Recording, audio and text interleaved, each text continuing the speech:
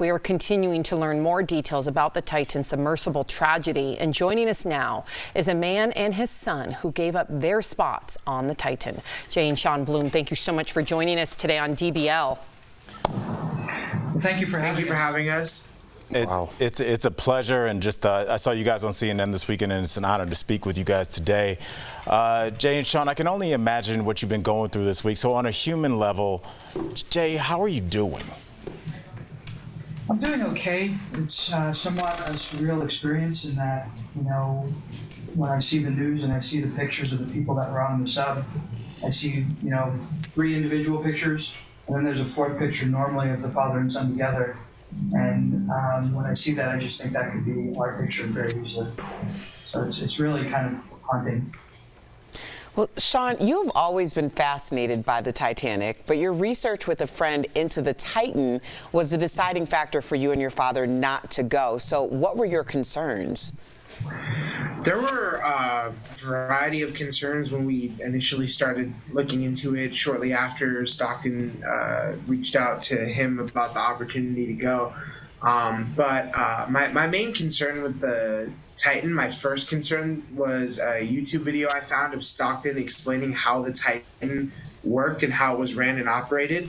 I saw when he was explaining how it worked, he pulled out this Logitech controller. It looked like it was from 1990 or something, and he was explaining that little thing controlled the entire submarine, and that just didn't look safe to me at all. And then the structural integrity of the submarine itself also was kind of a red flag to me, because when in that same video, Stockton was explaining about the parts he used on the outside and the inside of the submarine, including the fact that it was made out of carbon fiber, and the parts on the inside he bought at Home Depot and that camper store, right? And there was a wide variety of red flags just in that video alone, and with the couple of Google searches I did, it just didn't seem safe to me. And then when he eventually brought my safety concerns to Stockton, the way Stockton responded was also kind of a red flag. So that's kind of how we ultimately ended up not going. Those were my initial red flags. Yeah, Jay, Sean kind of just explained it, but Stockton, to explain this all, flew to Las Vegas to talk to you in person about the expedition. How did he try to convince you, other than what Sean just said, that the Titan was safe? What he did is he kind of held out the safety record of the industry, and he said there hasn't been even an injury, much less a loss of life in the non-military submersible industry in 35 years. Perfectly safe. He texts me that it's safer than flying a helicopter, that it's safer than scuba diving. He said it's like walking across the street. He said you take a risk in everything you do. If you don't want to take a risk, don't get out of bed. Yeah, and I think what he missed is that while he's using the industry standard of 35 years, or while he's using the industry record for 35 years, he left out that he's only been doing it for a year, and in doing it, he's deviated from the industry standard. So we've come to learn that the observation window, the manufacturer says it's rated to 1,500 meters, but the dive went to 4,500 meters, 3 times what the manufacturer spec. And I think his logic is this industry way over engineers everything, and there's all kinds of extra expense unnecessarily. So this observation window, as an example, is good to 10,000 meters.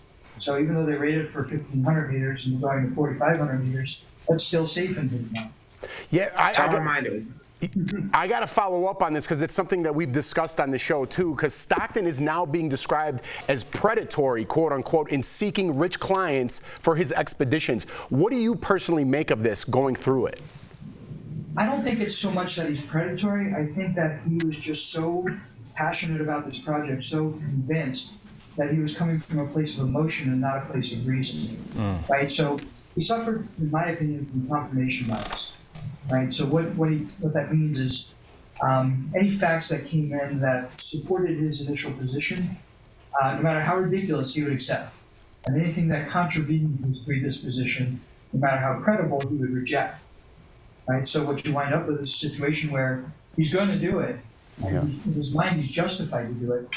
But had he just had an independent, dispassionate, objective person look at it, they would have pointed out all these problems. And in fact, a number did, and he just dismissed it as differing opinions, and they're wrong. Yikes. This is a question for both of you. There have been many safe excursions to the Titanic wreckage with other companies. After this tragic event, would either of you ever go on a sub expedition in the future with the right company? We would if so for an example, Robert Ballard, the guy that actually discovered where the Titanic was and the wreckage and all that, and then James Cameron, who conducted multiple trips down there. If we were to go out with a company that was super well funded, had a solid foundation, had done this trip at least 100+ times, not like Stockton where just going to the Titanic, I think he only did it 3 times to the Titanic. I think we would definitely feel a lot safer about doing something like this again.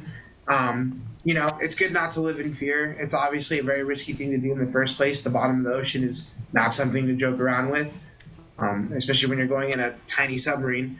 But yeah, I think we can both say that we would probably do it again under the right circumstances, with the right people, with the proper regulations, with the right funding.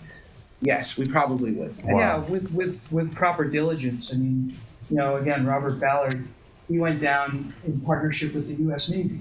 Right. So he had resources, he had experience, he had expertise. You guys, Jay and Sean, thank you. I'm so sorry we're out guys. of time. Thank you for sharing your story with us on DBL today. And haunting is right. I'm glad that you're we could both talk here all day. today. We'll be right back. Thank you both guys. of you. Thank you for having us. No problem. Thank you for having us. Thank you.